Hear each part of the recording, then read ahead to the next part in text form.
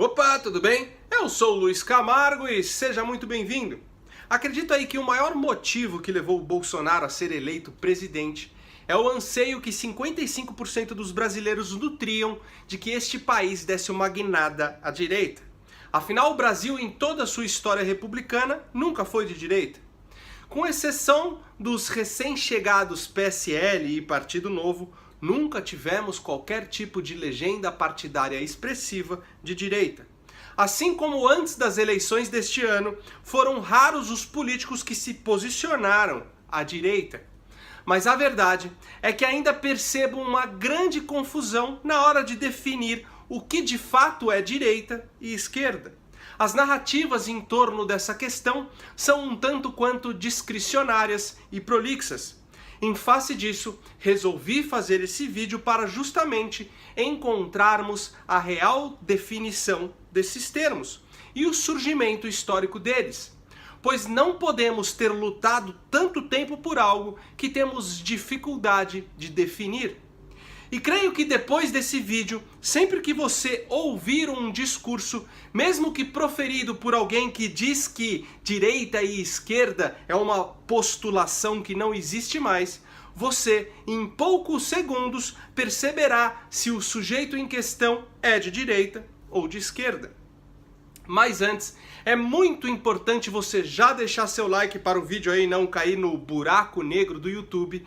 Também confere se está tudo ok com a sua inscrição e se o sininho está ativo. Feito? Então vamos lá.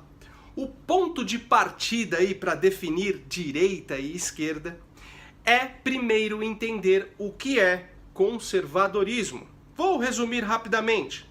Um governo conservador é pautado pela prudência. Por isso, preserva os valores morais, religiosos e patrióticos tradicionais da sociedade. Valores esses que foram estabelecidos não por governos ou por pensadores na tentativa de se chegar a um objetivo previamente arquitetado, mas que foram estabelecidos pelas relações livres dos indivíduos livres ao longo da história. E dentro desse escopo, o conservadorismo contempla o liberalismo econômico, pois entende o livre mercado como uma das mais antigas tradições da humanidade. Como nas palavras de Adam Smith, a necessidade de mercadejar é uma das mais autênticas paixões naturais do homem, e só um poder político tirânico pode suprimi-la. Diante disso tudo, o governo conservador vai sempre operar com base em experiências reais, que significa utilizar como matéria-prima fundamental o lastro de conhecimento do passado, e assim buscar um futuro melhor, sem a figura de um ideal criado pelo homem. Justamente por conta da falibilidade humana, que faz com que seja impossível a formação de um mundo perfeito. E é importante ressaltar que a antítese do conservadorismo é o pensamento revolucionário. O revolucionário precisa justamente desmantelar tudo aquilo que o conservador preserva, que são os costumes e valores morais, religiosos, tradicionais da nossa civilização, para assim estabelecer um governo à luz de um futuro hipotético, um futuro perfeito criado pelo próprio homem, desconsiderando tudo que já foi testado no decorrer da história. O revolucionário sempre vai operar através de uma mudança brusca e forçada de paradigma, onde inevitavelmente terá que fazer uso da violência para alcançar esse objetivo. Entendido isso, podemos partir para o conceito de direita e esquerda. Durante o século XVII e XVIII, o regime monárquico francês começou a ser alvo de questionamento e crítica. Os intelectuais da época começaram a fomentar teorias e modelos políticos que pudessem, de um modo mais justo, substituir a monarquia absolutista. Esse preceito de mudança foi ganhando aí cada vez mais espaço e por isso foi desenvolvida duas linhas diferentes de pensamento. Uma acreditava na virtude natural do ser humano, Por isso, o próprio homem seria capaz de remodelar a sociedade em algo melhor, rumo ao ideal. Nessa linha de pensamento, a capacidade humana passa a ser o centro de tudo. O homem se torna autorredimível, o que dispensa a figura de um Deus. A outra linha de pensamento acreditava que o ser humano possui uma natureza ambígua, que contempla aí a virtude e a iniquidade. E por isso o homem sempre foi e sempre será fadado a falhas, o que nos torna desprovidos da capacidade de sozinhos criar uma sociedade ideal e perfeita. Nesse raciocínio, a humanidade jamais poderá se autorredimir, pois a redenção é uma atribuição de um Deus que nos é transcendente. E por conta disso, o sistema político deveria ter a premissa de nos proteger de nós mesmos. Pois bem, os que pensavam assim eram os conservadores e originaram o pensamento de direita. Já os que apoiavam o outro pensamento eram os revolucionários, que deram origem aí ao pensamento de esquerda. Mas até então, a terminologia direita e esquerda ainda era desconhecida. Durante o reinado de Luís XVI, a França passava por uma forte crise econômica e o rei convocou uma assembleia com todos os representantes de classes, o clero, a nobreza e o povo, com o propósito aí de buscar aconselhamento e novas ideias que ajudassem a França a sair da crise. Nesta assembleia, os que defendiam uma ruptura radical do atual sistema sentaram-se à esquerda do rei. Esses eram os revolucionários, enquanto os que defendiam a manutenção da monarquia com reformas internas mais prudentes e graduais sentaram-se à direita. Esses eram os conservadores. E como a história nos conta, os que estavam à esquerda do rei dissolveram a Assembleia, culminando na violenta e sangrenta revolução que acabou com a monarquia na França, instituindo a República, que começou a contemplar dois partidos dominantes, os girondinos, que eram aí os que sentaram à direita, e os jacobinos, que eram os que sentaram à esquerda do rei. Depois disso, com o passar do tempo, se consolidou a definição de direita para aqueles que eram conservadores ou liberais e de esquerda para aqueles que eram ideologicamente revolucionários. O fato é que os esquerdistas, influenciados pelo pensamento iluminista, sempre depositaram sua fé na capacidade e na bondade humana, o que em teoria torna possível que o homem construa sistemas de governos mais justos, onde um Estado maior e mais atuante pudesse regular a economia, defender as minorias, manipular as massas e estabelecer a igualdade social. Já os de direita sempre foram mais realistas, não crendo que o ser humano é capaz de conceber e realizar justiça em plenitude, e por isso desconfiam de qualquer governo que acumule aí muitas funções e centralize o poder, justamente no temor de que este governo, formado por homens corruptíveis, acabe abusando do seu poder, se tornando totalitário e tirano. É inegável aí que desde a sua concepção lá na Revolução Francesa, os termos direita e esquerda foram mudando e se adaptando de acordo com o tempo. Um jacobino, que era o esquerdista aí do século XVIII, não tem absolutamente nada a ver com um marxista do século XX, que por sua vez também não tem nada a ver com um petista ou com um liberal americano, que é a esquerda contemporânea. Por isso, hoje, para facilitar, podemos conceber direita e esquerda da seguinte forma. Eu já comentei isso em vários vídeos, mas vale a pena repetir. Quanto maior o Estado e maior a interferência desse Estado na economia e na vida privada das pessoas, mais a esquerda. Quanto menor o Estado, menor a interferência econômica e maior a liberdade individual, mais a direita.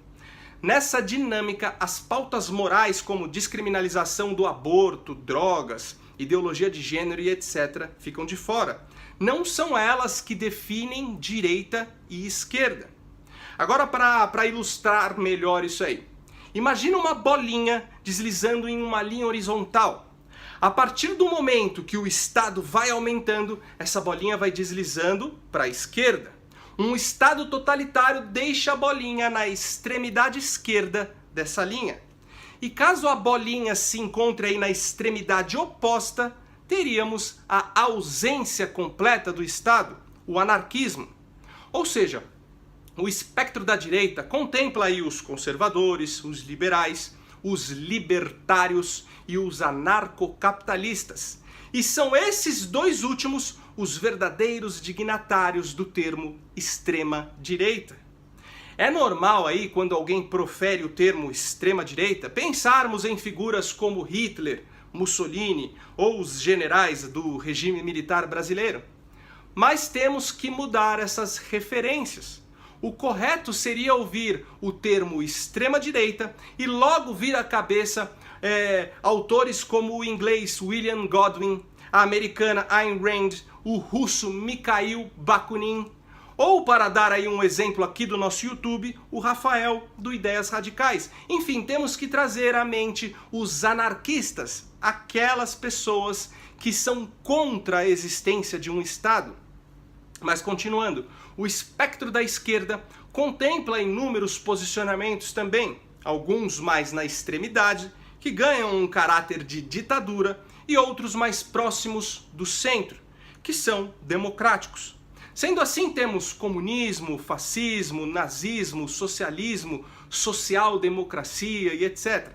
E é normal também que os adeptos desses regimes, mesmo estando no mesmo espectro, briguem entre si.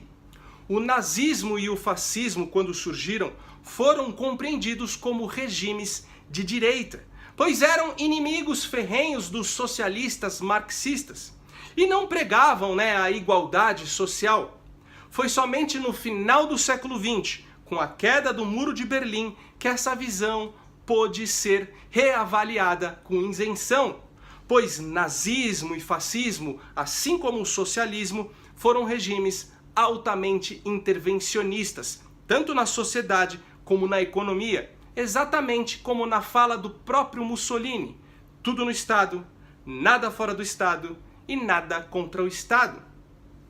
E como já compreendido, Estado totalitário e centralização de poder colocam a bolinha na extremidade esquerda da linha. No espectro político da direita, conservadores e liberais defendem o liberalismo econômico e a diminuição efetiva do Estado. Só que os liberais, diferente dos conservadores, retiram do governo o papel de preservar e defender os valores e os costumes morais tradicionais da sociedade. É por isso que muitas vezes um governo muito liberal acaba eliminando as barreiras capazes de impedir a entrada de um futuro regime totalitário. Mas o que tem que ficar claro é que não é porque um sujeito é a favor da descriminalização do aborto ou das drogas que ele é necessariamente de esquerda. Ele só não é conservador. Mas a confusão se instala, mesmo porque dentro aí desse entendimento também não podemos colocar os regimes ultranacionalistas no espectro da direita. O regime militar brasileiro, por exemplo, preservava nossos valores morais e defendia com unhas e dentes o modelo de família tradicional.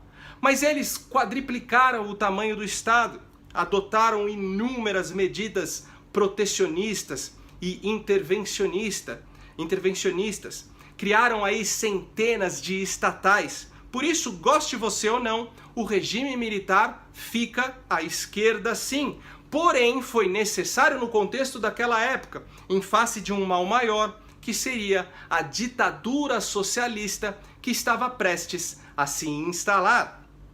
Bom, no início, eu disse que depois de assistir esse vídeo, você saberia dizer se um político é de direita ou de esquerda, ouvindo poucos segundos do seu discurso. Então vamos testar. Professor, uma conversa que anda por aí, badalada, todo mundo fala, é a questão do Estado mínimo. Como é que o senhor vê isso? Eu acho isso uma grande bobagem. Não existe Estado mínimo nem Estado máximo, existe o Estado necessário.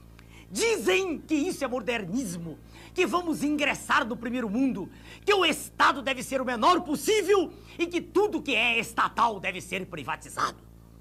Para que servem as privatizações? Privatizações são negociatas que servem para transferir o formidável patrimônio público para uma minoria privilegiada de representantes legítimos do sistema financeiro internacional. E ainda são pagas com papéis públicos que estavam altamente desvalorizados. É um verdadeiro assalto à nação, feito às claras, e com a imprensa toda batendo palmas. Daí a propaganda gigantesca a favor do Estado mínimo. Destruído o Estado, segue-se o esfacelamento da nação, fazendo com que o povo não acredite em nada que é nacional, com que perca a sua autoestima e que tenha vergonha de ser brasileiro.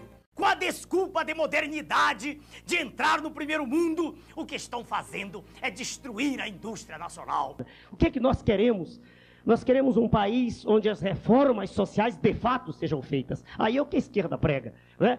Mas um país onde o Estado tenha um poder de intervenção, mesmo sendo capitalista, e evite que os ganhos de capital sejam tão gigantescos como são no nosso país. Pois então, eu adorava o Enéas. Ele foi um homem muito acima da média, extremamente inteligente, e tenho absoluta certeza que se ele tivesse ganhado as eleições de 1990 ou de 2002, o Brasil hoje estaria em um patamar muito mais elevado.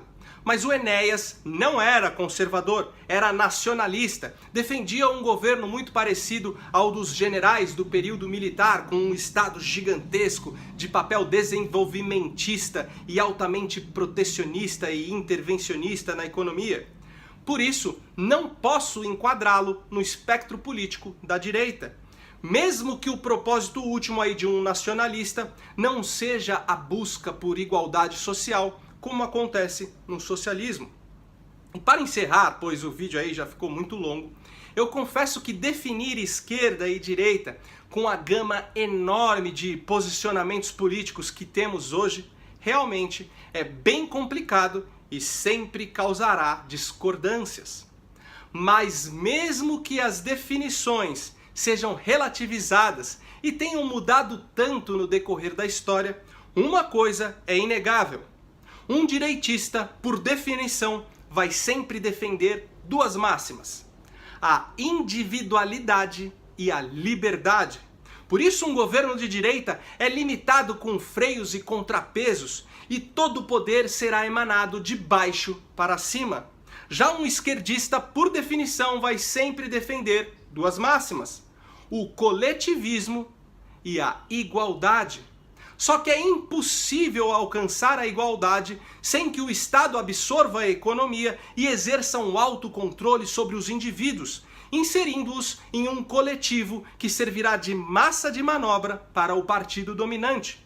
Liberdade e igualdade são antíteses, como óleo e água, jamais vão se misturar. Para que todos sejam iguais, é necessário criar uma força maior do que qualquer outra.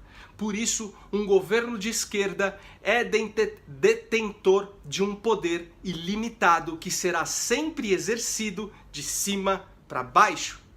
Mas aí, depois de tudo que foi dito aqui, você pode dizer que a liberdade total pode ser ruim para uma convivência coletiva. Afinal, vivemos em sociedade. É exatamente por isso que precisamos entender que na ideia de liberdade está implícita a responsabilidade. Liberdade sem responsabilidade não é liberdade, é desordem, é libertinagem. É por isso que a direita defende leis rígidas e punições severas para aqueles que usam a sua liberdade para aviltar a liberdade do outro. E é por isso que o conservadorismo preserva os valores morais tradicionais, pois são estes que atribuem um alto senso de responsabilidade a todo aquele que desfruta da sua liberdade. Sendo assim, se você preza pelo direito de discordar de tudo o que eu digo, se você não quer que a sua individualidade seja solapada em nome aí de um suposto bem coletivo e um futuro hipotético, e se você considera a sua liberdade um direito inegociável, parabéns, você pertence à direita. Seja muito bem-vindo. E por hoje é isso aí. Deixe aqui seu comentário, compartilhe ao máximo esse vídeo. Se você puder ajudar o canal financeiramente com qualquer valor, o link do nosso Apoia-se está aqui na descrição. Me segue também nas redes sociais, Instagram e Facebook. Até o próximo vídeo. Valeu!